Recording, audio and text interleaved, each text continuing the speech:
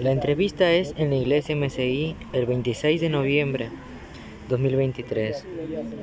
Estas fueron las razones por las que escogí a este líder.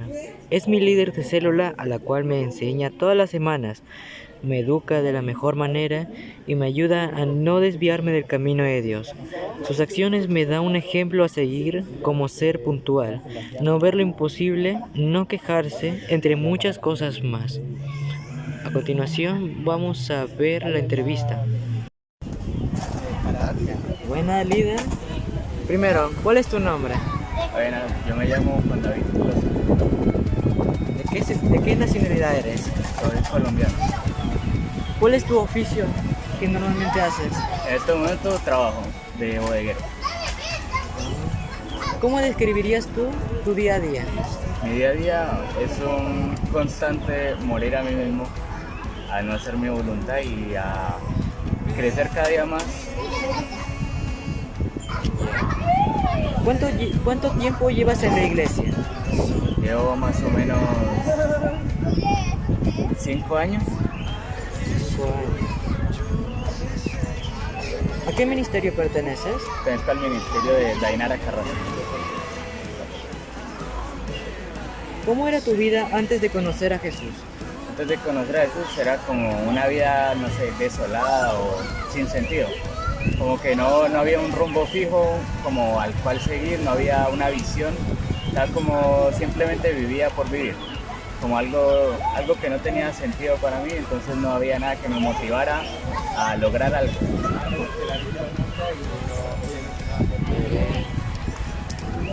¿Cómo realizas tu devocional? Normalmente en la mañana y si no se puede en la noche, pero es un tiempo primeramente entregarle el tiempo a Dios, como que al Espíritu Santo, que pueda enseñarnos primeramente, que la palabra no quede vacía, sino que no sea solo leer por leer, sino que el Espíritu Santo pueda revelarme a mí lo que Él quiere hablar para ese día. Tú le das un tiempo, ¿verdad? Sí. ¿Cuánto es tu tiempo de alabanza y adoración? Normalmente estoy todo el día escuchando adoración o alabanza, como mi diario vivir. Normalmente no escucho más que adoración o alabanza, entonces como todo el día. Claro. ¿Qué has hecho para no volver atrás? Más que todo ser radical, dejar muchas cosas, dejar amistades, obviamente pues más que todo morir a mí mismo, a mis propios deseos, a no querer hacer mi voluntad, sino realmente buscar lo que me hace bien, lo que me beneficia y no lo que yo pienso que está bien, sino lo que Jesús quiere para mí. ¿Cómo haces guerra espiritual? La guerra espiritual es más que todo intercesión, pero es como tener las herramientas necesarias que nos enseña obviamente a través de capacitación de destino, de nuestro líder y del transcurso en el que llevamos en la iglesia. Ya nos enseñan a interceder, a hacer guerra espiritual y obviamente a atar todo espíritu que pueda haber, ya sea con nuestros discípulos o en la situación que estemos pasando, ya sea alguna dificultad, que veamos que no hay salida, como que el enemigo está atacando mucho.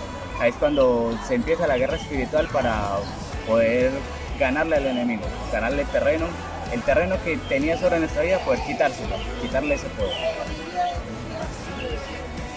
¿Cómo aplicas tú la sangre de Jesús? La sangre de Jesús pues tiene varias aplicaciones. Están los 7 derramamientos, entonces cada uno tiene un propósito. Ya depende del que usemos, ya sea el del Getsemaní, el de la espalda, el de la cabeza, el de la barba, el de la mano, el de los pies, el del costado. Cada uno tiene su propósito.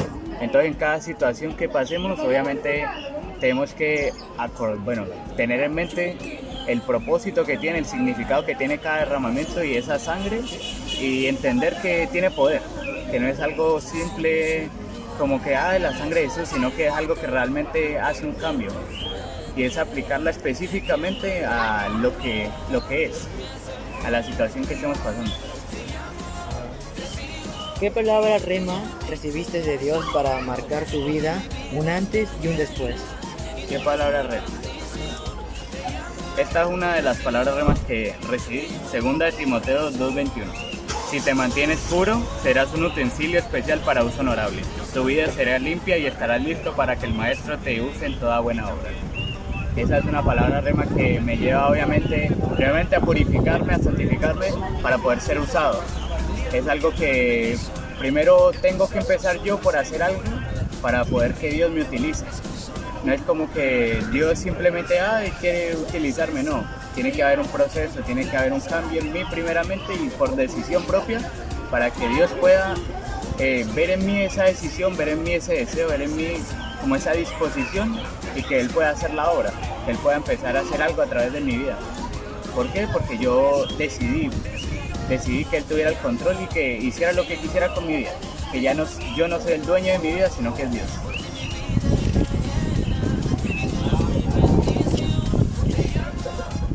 ¿Cómo te relacionas con el Espíritu Santo?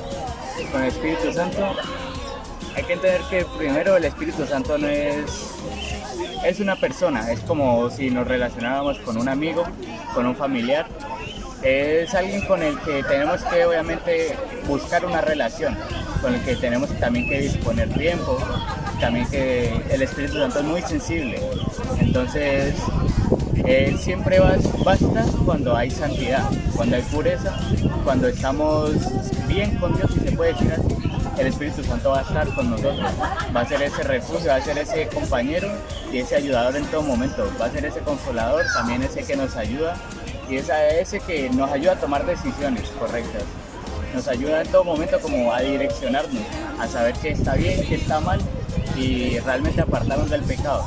Porque si hay pecado, el Espíritu Santo no puede estar a nuestro lado, porque Él es muy sensible a esto. Entonces, primeramente hay que limpiarse a través de la sangre y ya de ahí el Espíritu Santo puede relacionarse con nosotros y nosotros con Él.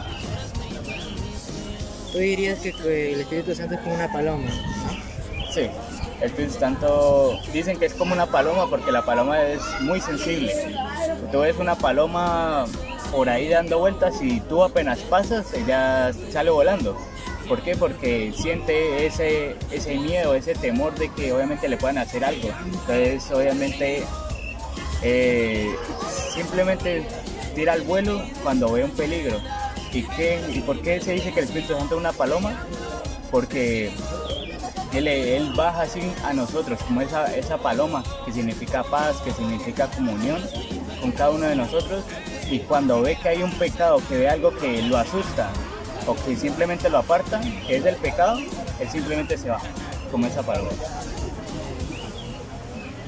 ¿Has visto un milagro cuando das una ofrenda y diezmo a Dios? Sí, he visto un milagro. Primeramente, bueno, te doy el testimonio de mi familia. Nosotros estuvimos 10 años esperando que mi papá lo pensionaran. Él es pensionado, en este momento es pensionado de la policía, pero estuvimos 10 años esperando a que saliera esa pensión, a que la policía obviamente diera todo eso, aceptara todo eso, pero estuvimos 10 años y hasta que entendimos el poder que obviamente hay en la ofrenda, hay en el diezmo, en no fallarle a Dios, en no robarle a Dios, que eso es el diezmo, el diezmo, entregar tu diezmo es no robarle a Dios. Cuando tú te quedas ese 10% es porque le estás robando a Dios.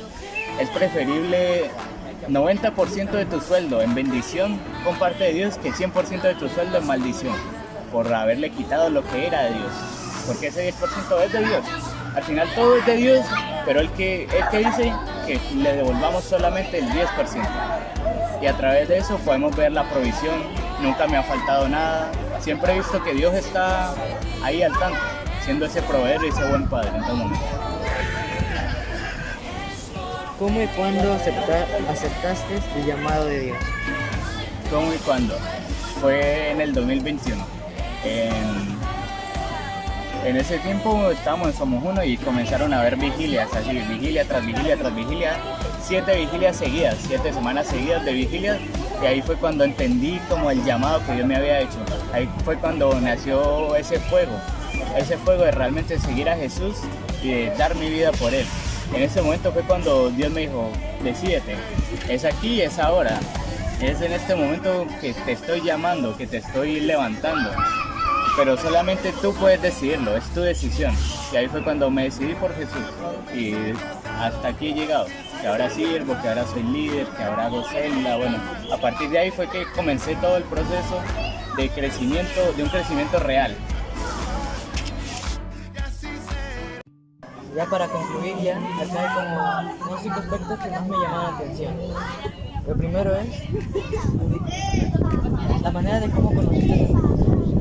Fue como un proceso en el cual tú seguiste, es algo que a mí también me marcó mucho. Porque tú fuiste el que me guiaste y el que me llegaste hasta donde estoy. Tú fuiste el que me acabas de enseñar muchas cosas, las cuales yo no sabía. Yo sabía que existía un Dios, pero la verdad es que no conocía nada más. Yo pensaba que iba a seguir como mi vida pasajera. Es algo que, uno de los aspectos que tú me has enseñado. El segundo sería como, darle una importancia al devocional. Tú le das un tiempo a la cual es como muy necesario, como una persona que necesita algo para comer. Tú haces eso todos los días y es algo que yo también me gustaría aplicarlo en mi día a día, porque así como avisan en la iglesia, uno se alimenta de eso y como que consigue sabiduría, consigue cosas para poder hacer el propósito de Dios, que sería ayudar a otros. El tercer aspecto sería ¿cómo has hecho para llegar al lugar donde estás ahora? Tuviste que dejar amigos, sueños, no sé, me imagino algunas cosas que te habrán costado. Y a mí igual, porque Jesús cada vez tiene un propósito para cada uno. Y aún yo recién voy comenzando. Y tú me vas instruyendo poco a poco en eso. Son cosas que tengo que dejar de hacer para que yo pueda seguir el camino. Porque al fin y al cabo son buenas obras lo que van a venir. El cuarto aspecto sería cómo ser usado por Dios. Tú, como lo has dicho, no. Todo eso es como un proceso, es una decisión que uno toma. No es como que uno se deje de elegir, que diga, no, úsame ya para hacer cualquier cosa. No, todo eso lleva un proceso, a la cual tú has dicho que te ibas, al comienzo fuiste a varios devocionales. Eso te llenó para llegar a ser usado por Dios de una mejor manera. Y el quinto aspecto sería cómo fue tu juego, tu decisión, el momento de comenzar. Porque uno cuando va comenzando va tropezando en el camino. Pero en cambio, tú tropezaste, pero te seguiste levantando. Eso es como algo que para uno le dejaría vencer fácilmente. Pero para ti como que te caíste, no importó eso, sino que seguiste. Así hasta llegar a donde estás. Más que todo, esta entrevista me facilitó un poco más para mí, para saber cómo es tu vida cristiana, cómo es una vida cristiana en sí, para que yo pueda aplicarlo y ser también como un instrumento para Dios. Entonces la verdad, también otro aspecto que quería buscar era buscar mi rema. Es algo que también quiero buscar para mi vida y profundizarlo y hacerlo, más que todo. Así que muchas gracias.